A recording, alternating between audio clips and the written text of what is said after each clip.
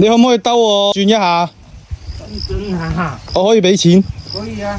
幾多錢啊？我俾咗錢先啦。講下先啦。我唔知有幾多錢啦，我勸你先啊。幾多錢啊？300啊。388。係啊。大家好啊！今日一早起床，依然又係去更新，去到每一個城市都需要有嘅我最中意嘅農莊系列。而今次吸引我嘅就係呢一碗濃濃嘅雞湯。Let's go, let's go！ 吸引我嚟嘅其中之一就係呢一條上山嘅路仔，行到一台車都行唔到嘅山路，往往收埋喺呢啲深山裏邊嘅選手相當之有實力。俾大家感受一下呢個過山車嘅第一視角，相當刺激嘅山路。仲有一段啊，仲有一段啊！哎喲，打滑啦，差啲！哇，仲要掟到個靚彎。仲有，我感覺應該準備有啲味道，接近我哋今日呢個農莊選手啦。上完山，依家面對嘅仲要係落山，搞晒崎嶇啊！我已經開始懷疑係咪自己行錯咗地方啦。裏邊係咪有個咩農莊食雞噶？有冇咁快開始啊？晚早，我以為我行錯路喎，咁樣開落嚟，直去到啦。掘頭路噶啦，到嗰度橋嗰度行過嚟。反正行到冇路就啱噶啦。OK，唔該晒。揾咗當地村民認證，行到掘頭路，經歷咗幾次爬坡又落坡，感覺即將抵達一個世外桃源啊！你同任何人講呢度有嘢食，可能就係得我先信咋。呢一段路就好似一個修煉過程咁啊！我哋修煉到終點先可以食到靚嘢。到啦！我冇估錯，應該就係呢一度裏邊啦。入到嚟信號都冇埋啊。OK，啱啱打咗電話俾老細，老細仲未上班啊，仲積極過佢啊。今日為咗飲呢碗靚靚嘅雞湯，冇乜嘢係可以抵擋住一個廣東人食一隻靚靚嘅雞。呢個應該係老細啦。我都唔敢相信呢個裏邊有嘢食啊！咁相信咩？我喺網上睇到你嗰個雞湯實在太吸引啦。哦，哇，就係得一條路入嚟嘅啫喎，你嗰度喺邊度入嚟？喺邊度出？啲自己整㗎呢啲酒。野生嗰啲白吉重用咗。幾個品類係嘛？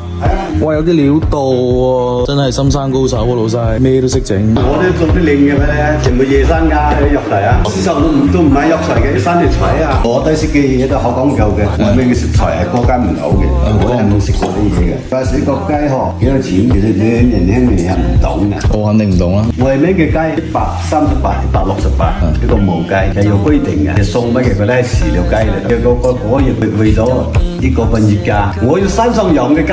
你呢度啲雞係餵咩啊？餵打谷嘅，我要3個雞場啊嘛。反正我呢都冇4隻雞嘅，最少3件半打底嘅。你啊，嗰朝河邊玩下，我劏個雞做2味俾你。依家跟住老細嘅步伐，睇下佢自己嘅私人雞場先。呢個係你嘅魚塘啊？咁我就係啦。即係呢個魚塘，一直到啱啱嗰邊呢一笪地，全部都係你嘅。兩邊嘅山呢個就係我嘅。山又係你嘅？300幾畝都係咪㗎？行上嚟俾大家睇下老細嘅嗰啲片江山先。我依家手指指向嘅呢個魚塘，一共2個魚塘，同埋手指指向嘅呢個山，到呢度。仲有依家行喺上面，全部都係呢一個老細嘅。呢啲先係真真正正嘅地主啊！直接放出嚟喺呢度跑啊！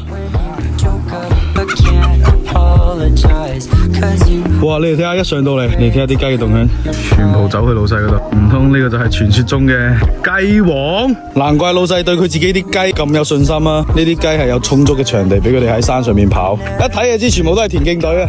平時拍段子係拍得多啦，老細就真係可以實現企喺呢一個位度望住出邊，前面呢一片就係我為你哋打落嚟嘅江山。咩啊？呢兩邊都係。老細每回答我任何一個問題都係咁輕描淡寫，連交別都是雙手插刀嘅懶人咯。你睇啲酒窖嗰度嘅。酒窖。老細自己嘅酒窖，自己嘅小天堂啦。巴吉黃真啊，全部野生。伸個頭入嚟我都有少少醉啊！啲魚係嘛？咩嘢魚多啊？桂花魚、草魚嗰啲係嘛？見啊！呢度上面有咩啊？我喺嗰度住啊，佢喺上面又唔知你收埋啲咩。哇！呢啲雞夠晒大隻啊！哇！即刻有雞蛋汁喎，依然係熟悉嘅青頭，呢隻上隻近切。你嗰個雞要幾重啊？幾多喎？幾錢一斤啊？呢度買？賣到咯，15蚊，呢度90蚊。咁趁老細劏雞嘅同時，帶大家嚟感受一下呢個萬綠湖嘅湖邊啊！舒服啊！今日嘅天氣真係相當之俾力啊！老細，呢啲艇去邊度噶？想去邊度就去邊度啦。你可唔可以兜我轉一下？轉下，我可以俾錢。可以啊。 OK， 幾錢啊？想俾幾多錢？我唔知啊，你開價，我俾咗錢先啦。咁樣俾到嘛？講下先啦嘛。唔會好貴係嘛？會。不過我唔知有幾多錢啦，我勸你先啊。哦，呢啲魚係攞嚟賣㗎你？係啊。打咗啲咩魚啊咁啊？竹殼魚。竹殼魚啊？係啊，呢啲好好食嘅。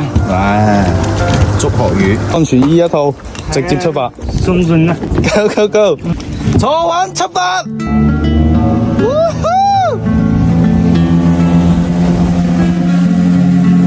行咗咁耐，終於可以捉摸萬老湖嘅湖水啊！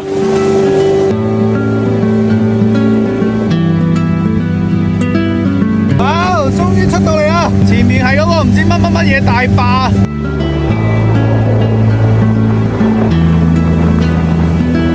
係屬於我哋廣東人自己嘅亞馬遜河啊！萬老湖呢邊嘅生態可以講真係相當之完美啊，完全俾啲花草樹木圍繞住晒，睇起身真係相當之有安全感。所以大家有機會嚟到萬老湖嘅話呢，我覺得真係要租個快艇出嚟遊一轉，同我哋企喺岸上面睇，完全係兩個感受啊！萬老湖嘅湖水呢，只係部分嘅區域，理論上係可以直接飲用嘅。既然嚟都嚟啦，我哋就淺咁體驗一下。依家就嚟到呢度可以飲用水嘅區域啦。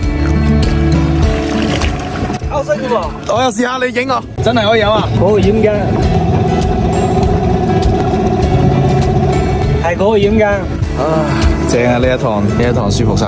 幾錢啊？380啊。380。係啊，燒油啊！一部船可以坐幾個人啊？3、4個啊，一樣㗎。燒油啊，2個3個人都一樣嘅，一樣嘅道理啊。呢一趟大家388，算係包船啦。但係我遊咗轉快艇，正常嚟講係幾多錢啊？因為上城觀音山嗰度兜圈300蚊到啊！你啲船仔啊，燒油好厲害嘅喎，啲公里有10蚊嘅喎。我幾經翻到嚟，你已經整好晒，咩都冇得影啊！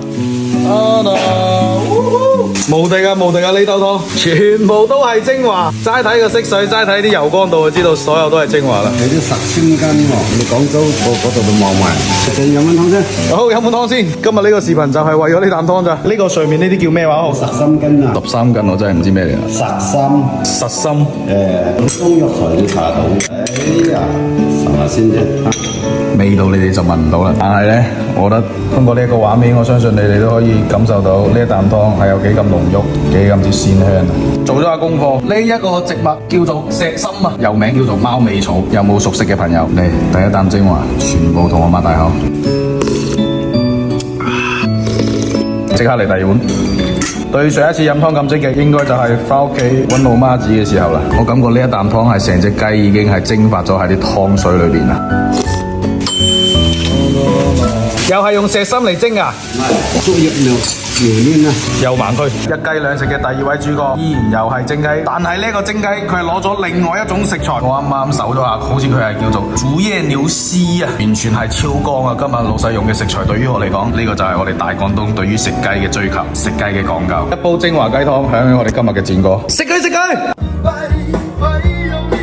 呢一碟蒸雞嘅雞汁已經提前預定一碗飯，嚟不斷強調話自己啲雞同人哋啲雞唔同，睇下有啲咩唔同啊！果然係老細放養式養嘅雞啊，名副其實嘅肌肉雞，有少少嗰種椰香嘅味道。可以好嘅，好彈牙啲雞肉真。嚟，再嚟整啖雞湯過渡下。